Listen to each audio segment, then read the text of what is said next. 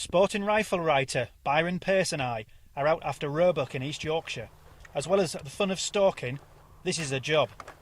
We have to clear them off land to protect a cash crop of willows, which the farmer is growing for biomass fuel. The weather is warm. I am from this part of Yorkshire, and I can tell you that the wind is normally whipping straight in from Siberia. The countryside looks at its best. What Byron and I don't know is that, thanks to the balmy weather, we're about to enjoy one of those red-letter, unique moments that make stalking so special.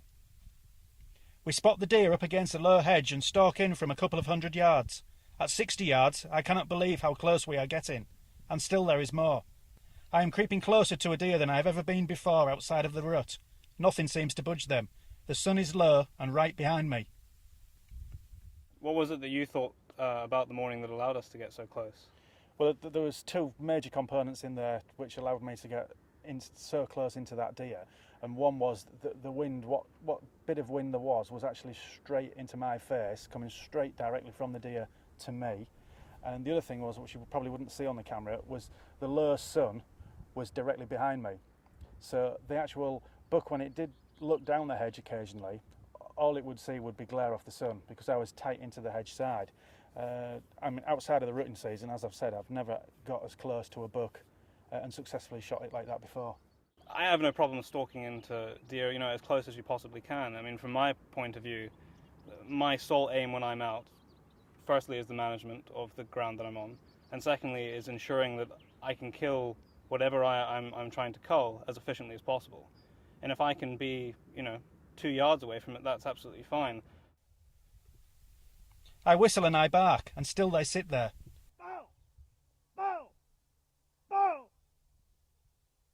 I get into an incredible 15 yards, and at last the buck stands up and stretches. I can see it's a perfect heart shot. That buck is going nowhere. I want to keep the doe on my ground so I don't make a move until she has trotted off on her own accord. I am keen to disturb her as little as possible.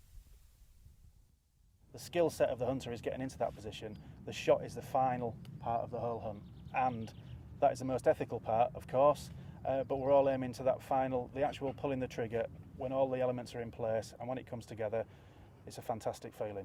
That's one of the reasons I enjoy guiding people so much. I mean, anybody can pull the trigger once you're in, but it's getting into that point where you're on the sticks, you're lying down, you're in, leaning against a fence post.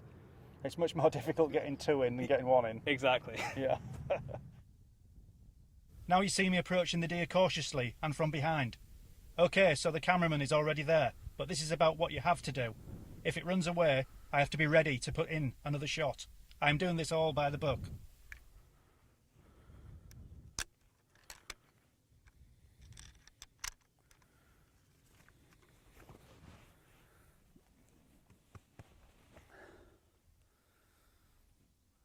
Shot back just behind the shoulder.